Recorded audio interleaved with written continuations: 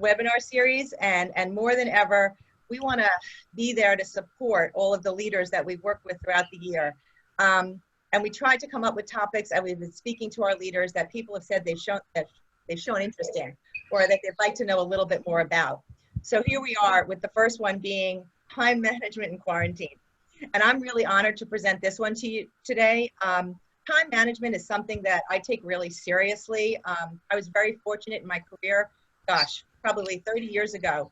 I was asked to explore time management programs and deliver programming like this in-house, client to the organization I was working for.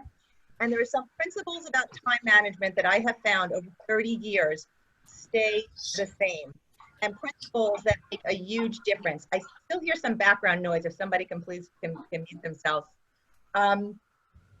So I just don't want it to impact anybody else. So going back to those principles, what you're going to be seeing today is some stuff is not brand new. Some stuff is what I know over 30 years to this day still stays true, and even in quarantine. But that being said, we are, most of us, in quarantine, and we don't know what tomorrow's going to hold, or what the next few weeks, or what the next few months were. So this presentation is meant to be relevant today. And honestly, who knows if it'll be as relevant tomorrow. But I believe, like I said, those foundational time management principles will. So as you see on the slide here, as I've been talking, you've probably been reading a little bit. And I did a little research out there. And surely what we're seeing is that this crisis has shoved work and home lives under the same roof for many families like ours. And the struggle to manage it all is now visible to peers and bosses. Probably if you're like me, you're using a lot of Zoom, and I was on a call yesterday with one of the leaders. Their cat was walking right in front of them, and she was sort of pushing it away. I was on another one where I heard somebody's little son, talking, and she said right behind me, well, she's doing her homework. He's doing his homework right now. So in a way, we're all doing this together. And so what does that mean for us? It means that we're living and working a little differently. What we've done for you, just so you know, is at the end of the presentation in the chat box, we will load up the handouts, including a PDF of this deck. And we've set this up. So for example, where you see what will work-life balance look like after the pandemic, you'll be able to click on that in your PDF, and it will take you to an article that is available through Harvard Business Review around this topic. Since we only have a short period of time, I want to use your time wisely again, but we want to give you resources.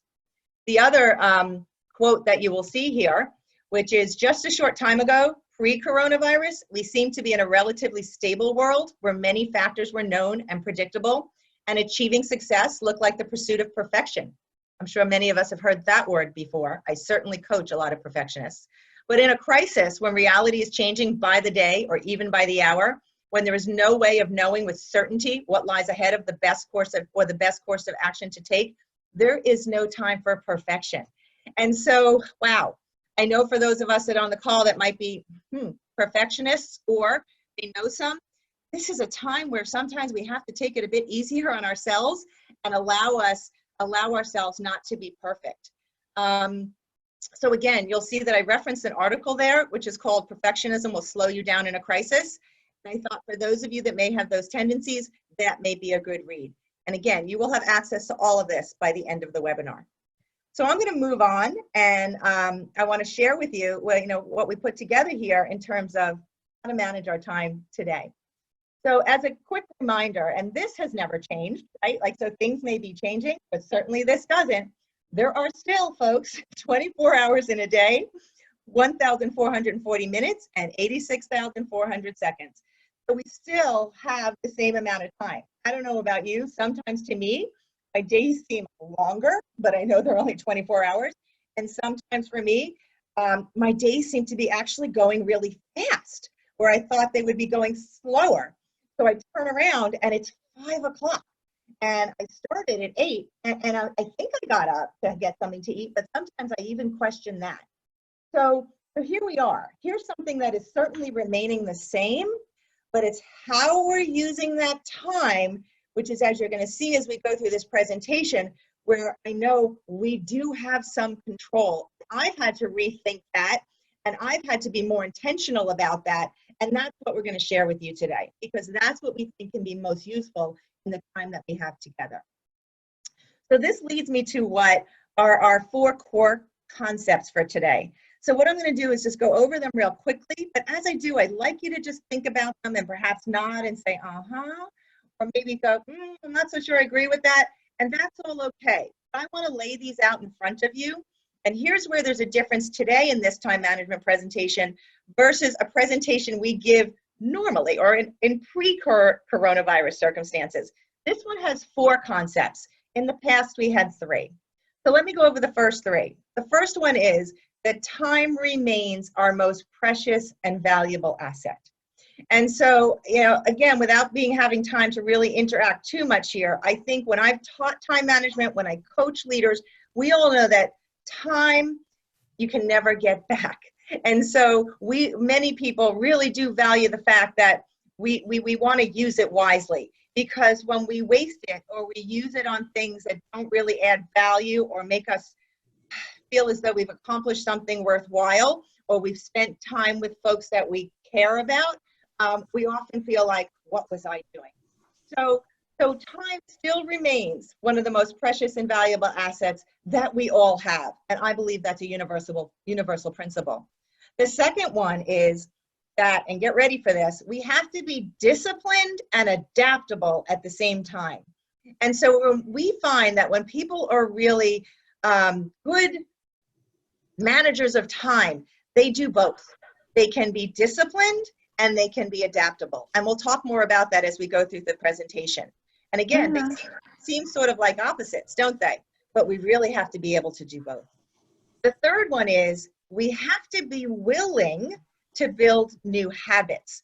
And so nowhere have I seen, when I coach a leader or a manager that wants to improve, and they want to improve on their time management, well, you know what, folks, there is no magic wand here. We have to be willing to build a new habit if we want to get a different result. One of my favorite quotes I use in our longer time management program is Einstein's definition of insanity. And so I'm going to ask the rhetorical question, do you know what that is? And hopefully you're nodding, but if you don't, it's his definition of insanity is doing the same thing and expecting different results. That's insane. So often when we get to time management, where people struggle is they know what they're supposed to do, but they are not necessarily diligent or disciplined around it. And so I'm going to challenge you around that today and get you thinking about, you'll see what you can control versus what you can't. So here's the 4th key concept that I'm going to answer, a core concept that I added to the presentation, because this is where I see something different in time management that I haven't seen in the past. And personally, I think it's healthy. And that is that self-care and what we call deep work are priorities now more than ever. So self-care, I would imagine most people are very familiar with. More than ever, we have to step away and be sure we're taking care of ourselves.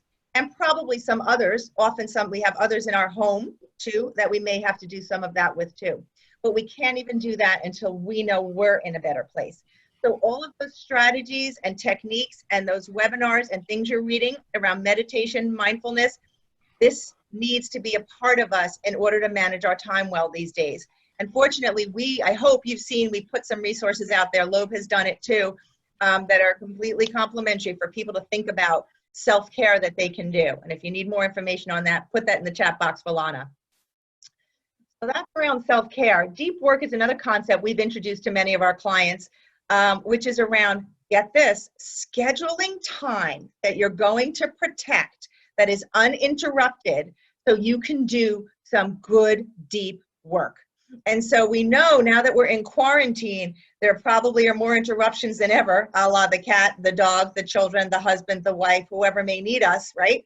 But if we need to get some work done, we need to protect our time, and we need to schedule that and protect it and make it work for us. And that's what we call deep work. So some of us may have had that habit in the past, but if we haven't had it more than ever, it is prevalent now. So those are the 4 key concepts that I wanted to share with you, and you're going to see as we go through the rest of the presentation, how they lay the foundation for this. And so what I'm sharing with you here is one of my favorite quotes, again, just to make my point around time management, is that people that are successful at it, so what I'll call successful managers of time, they are willing to do what unsuccessful managers of time are just not willing to do. So already, if I've mentioned something about the deep work and said, I don't know if I can do that, well, I'll tell you, successful managers of time are willing to do that. And they will be more successful at managing their time rather than folks that aren't.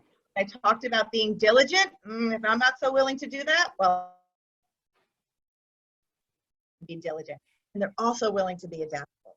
So managing your time in quarantine has, I would say, probably the best advice we could give in this short webinar has so much more to do with what's up here than some of the tactical strategies, although we're going to give you plenty of those too. Okay, so I'm going to move to my next slide and kind of set this up, and I am looking at the time. It's 1:12, so we're doing okay, but I am speaking quickly. I do recognize that. I hope you're keeping up with me. So in terms of time, you know, I don't know about you folks, but I use Google all the time, and I imagine you do too, particularly in quarantine. She's my friend. I'll ask her to play music, or I'll ask her to tell me what the weather's like and what the time is and what the news is. And sometimes we ask her to play rain sounds so we can sleep more soundly. So I went to Google and I said, hey, Google, what's the definition of time? Because people sometimes struggle with that. And if I had the time to ask you and ask for answers, I'd be really curious about what you would say it is. But here's what Google says it is. And I think there's something really important in what she says. It's the indefinite, by the way, right? Continued, ongoing progress of existence, okay? And events in the past, present, and future regarded as a whole. Now, I would love one day to take the time and have the time to sit with all of you over a bottle of wine or a coffee and talk about this in more detail, but we can't on this short webinar. So I highlighted for you the key piece of what Miss Google says around time management and the definition. And to help us work through this, it's events. So I want you to think about time right now and as events, because we can't manage existence, but we can manage events, or we can choose to take more control there. So what do I mean by that? I mean exactly this, and it's one of my favorite lines when I'm coaching someone around time management or doing a time management workshop. If we don't control the events in our lives, the events in our lives will control us. I'm just going to give at least the 10 seconds that it needs to sink in. If we don't control the events in our lives, the events in our lives will control us. And so here's a picture, as you see, the hurrier I go, the behinder I get. I think this is a great metaphor for us. If I can give this to you in a practical sense, when I'm coaching someone around time management, those individuals that come in immediately in the morning and start their workday going to their email, I'll say, well, so what happens when you start with your email? They go, well, I spend my whole morning, a couple hours on email, and all of a sudden it's lunch and I've got nothing done. Right. There they go. They have just allowed the events in their email to control their time. Now, I'm not saying that's not a good use of time for them, maybe there.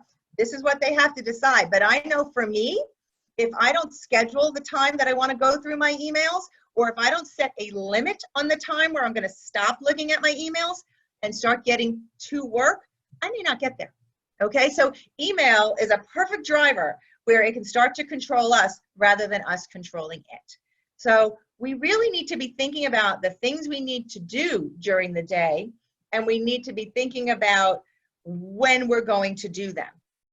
Okay, and really put some stakes in the sand to begin to control them. What I'm also going to say there is one of my favorite lines is when you say yes to something or someone, you're saying no to something else and someone else. Okay, so really this is about having control. What do we want to say yes to and what do we want to say no to? So a lot of time management is not just principles, it's also around communication and being comfortable to set boundaries. So here's something else I want to place in front of you, and I want you to think about, and I'm going to tell a brief story to help you hopefully internalize this. There are things in our lives that we think we can control, but we really can't. Okay? So what do we have to do? We have to adapt. So let me give you some quick examples. I love weather as an example. We can't control that. When it rains, we put on a raincoat. We put on boots. We put up an umbrella. Right? We're not going to stop the rain. We have to adapt. We can't control it. there's something else out there right now that we can't control. And here it is, COVID-19, right? We can't control this. What can we do? Well, I don't know about you, but we've been told here in New York and also in New Jersey that we can wear masks, or we should be wearing masks when we're outside right now. So I even heard our governor saying, well, I can't make you do it, but we want you to do it, and we can tell you it's necessary. So in this case, here's a picture of my daughter and I when we got our masks, and wearing them to adapt when we're outside. And for those of you that are still struggling a little bit, I always love to use the toddler example, because sometimes people think they can control their children. And if there's anyone here on the webinar that has toddlers, I bet you can tell me, oh no, I can't. I think I can, but can we really make them do anything? We can talk about that one over a glass of wine or a cup of coffee too. So that we can control, but we really can't. And if we can't, we have to adapt and let it go. Okay, that's a really foundational principle that we need to understand if we want to be effective managers of time. Well, here's another one. And this one's important. There are things in our, not that the other one isn't, they're both important. There are things in our lives that we think we can't control, but we really can.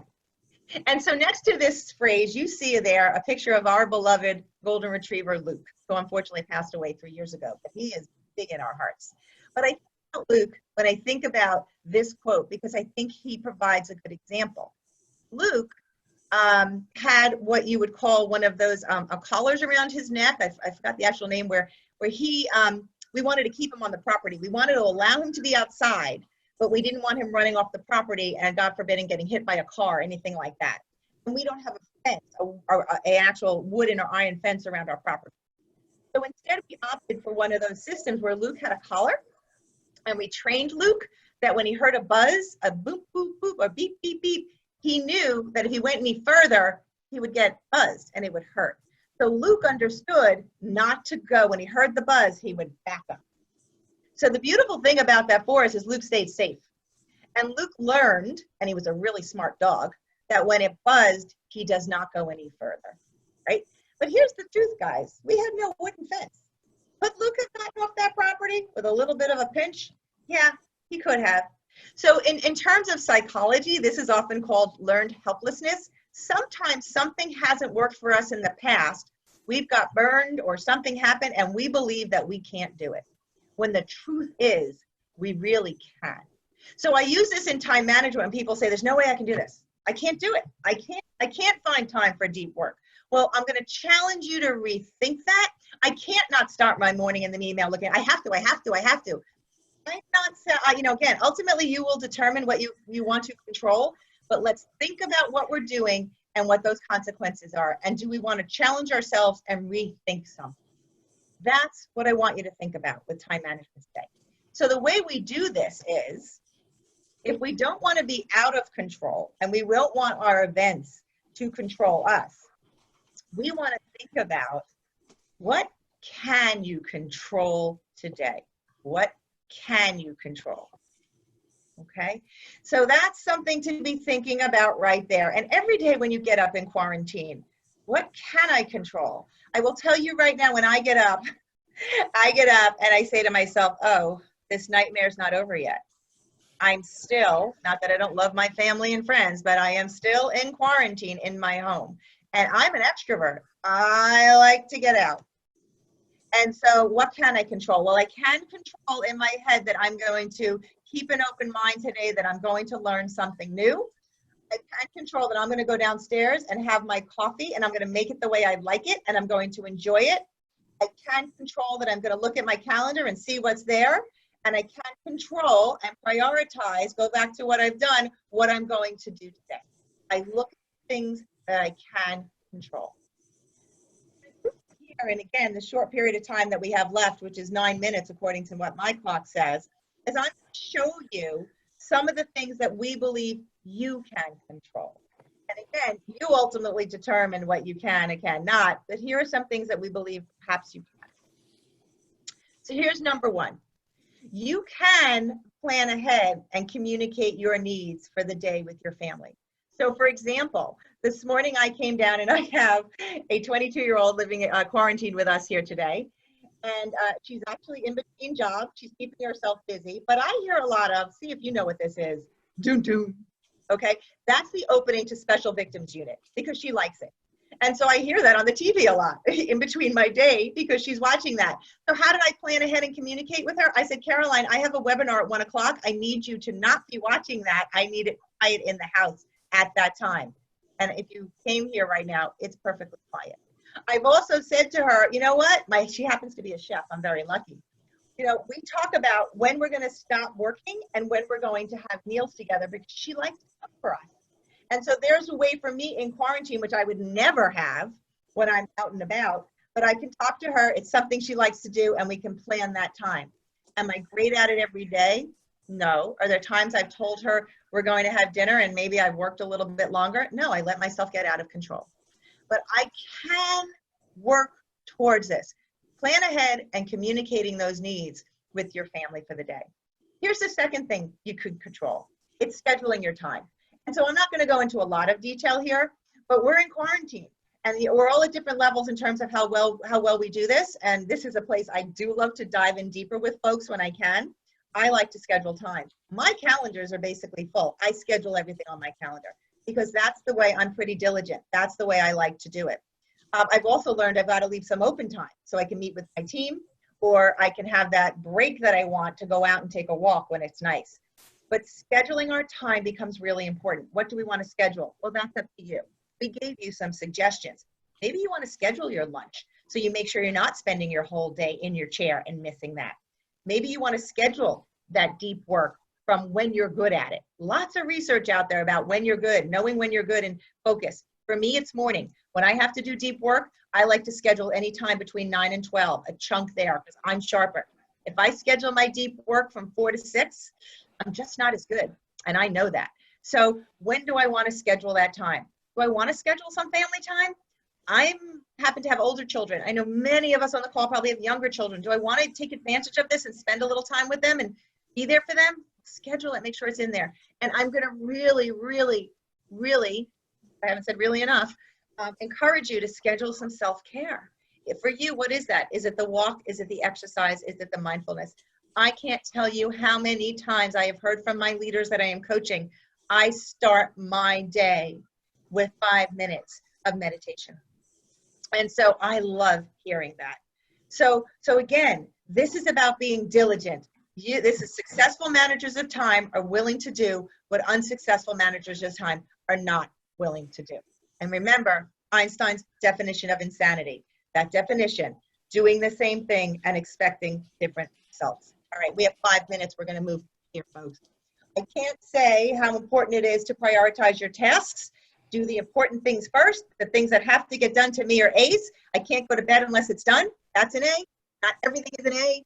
Be stingy with your A's, okay? And if you don't get it all done, give yourself a little bit of a break right now, okay? Other things that should get done, me become B's and optional become C's. Things that I want to remember to do, but it doesn't really matter if it's done today. Here's something interesting. Avoid multitasking. How do you like that? A ton of research on it's better that we do one thing at a time rather than trying to do more than one. A lot of research. We're going to give you a link later at the end of the workshop that shares more information on that. But that's where the brain research has gone. It's really not healthy for us, and we can't be at our best. And as a matter of fact, the funny thing is that you see it on most job descriptions, right? Needs to know how to multitask. Well, there's something that we should probably petition against. All right, and then I'm going to leave the last one that you can control is learn a new time management tool, tip, trick, or technique. So folks, there are hundreds, thousands of resources on the internet. If your firm uses Microsoft, uses Outlook, if your firm is now using Teams, if you're now using Zoom, there are so many ways these tools help us to manage our time. There are great videos. We can seek them out. It's something that I like to add to my list. I learn with new tools, and I'm going to give you, again, a link to give you a suggestion of one tool I recently found. But you need to find the ones that you want to use. Remember, this is you gaining control, not us doing it for you. So I'm getting to the summary here, and it's 1:26, and I have 4 minutes left according to my clock. So here's basically what I'm saying. And here's the time management quarantine. How do you like this? I'm not sure I would be saying this out loud if we were in a live webinar in our offices, okay? But we're in quarantine right now. So how about we do a little less? Listen, I don't know if I want you to bring that back to all your people, but you know what? Yeah, bring it back. Let's see what happens. Do less, be more. Okay, and what do I mean by that? I mean do less. So maybe you choose to take control and decide, I'm logging out if your job allows, right? You're not at 24, different hours. But for me, I'm going to log out today at 5 o'clock. Lana said to me the other day, I'm logging out at 5. I said, great.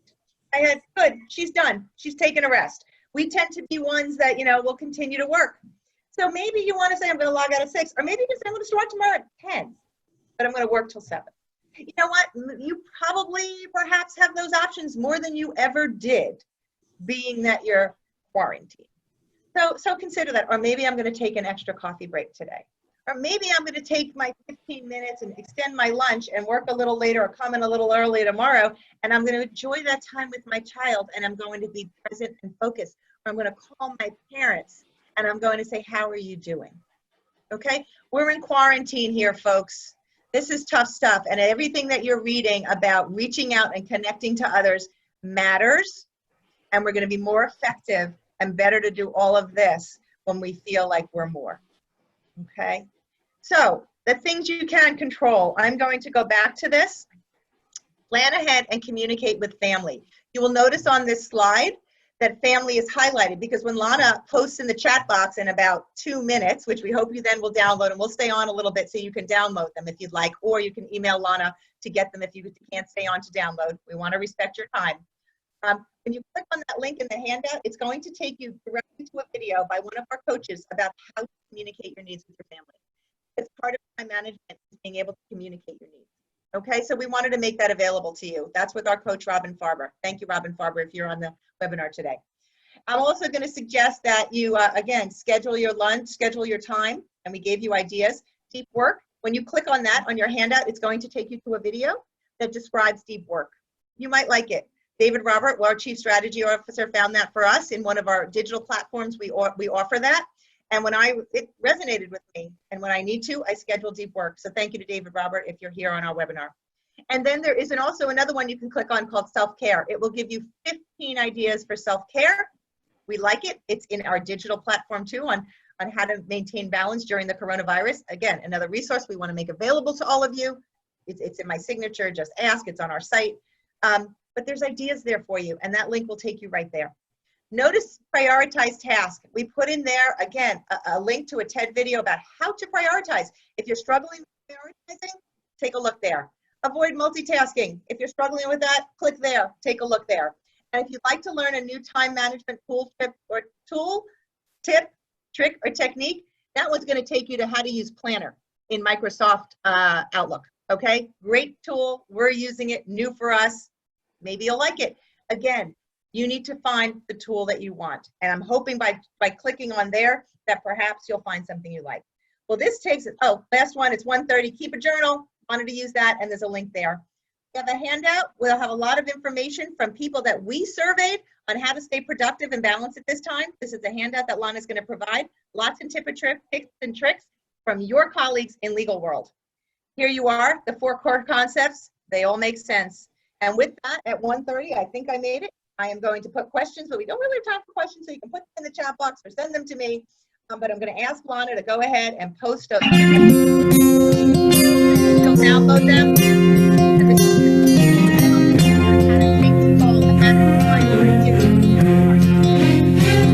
Joining us. A child arrived just the other day. He came to the world in the usual way, but there were planes to catch and bills to pay. He learned to walk while I was away, and he was talking for I knew it. And as he grew, he'd say, I'm gonna be like you, Dad. You know I'm gonna be like you. And the cat's in the cradle and the silver spoon, little boy blue and the man on the moon. When you're coming home, Dad, I don't know when, but we'll get together there.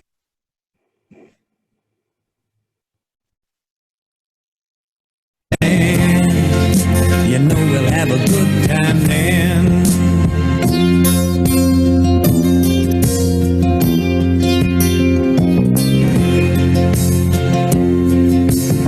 son turned 10 just the other day. He said, thanks for the ball, Dad, come on, let's play. Can you teach me to throw? I said, not today, I got a lot to do. He said, that's okay, and then he walked away, but his smile never dimmed and said, I'm gonna be like him, yeah, you know I'm gonna be like him. And the cat's in the cradle and the silver spoon, little boy blue and the man on the moon. When you're coming home, Dad, I don't know when, but we'll get together then. You know we'll have a good time then.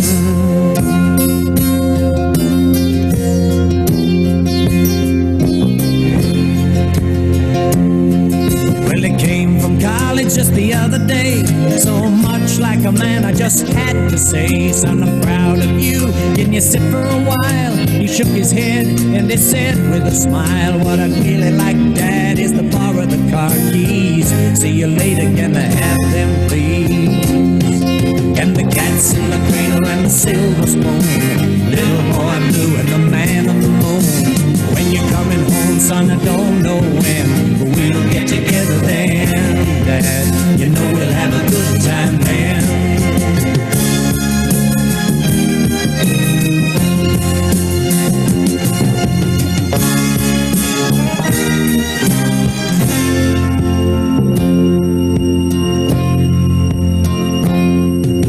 I've long since retired, my son's moved away. I called him up just the other day. I said, I'd like to see you if you don't mind. He said, I'd love to, Dad, if I can find the time. You see, my new job's a hassle and the kids are the flu, but it's sure nice talking to you, Dad. It's been sure nice talking to you. And as I hung up the phone, it occurred to me, he'd grown up just like me. My boy was just like me. And the cat's in the cradle and the silver spoon, little boy blue and the man on the moon. When you're coming home, son, I don't know when, but we'll get together then, Dad.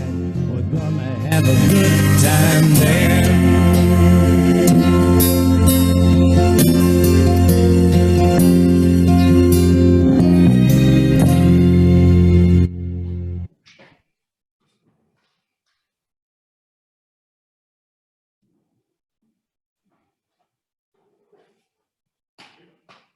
Hi, everybody.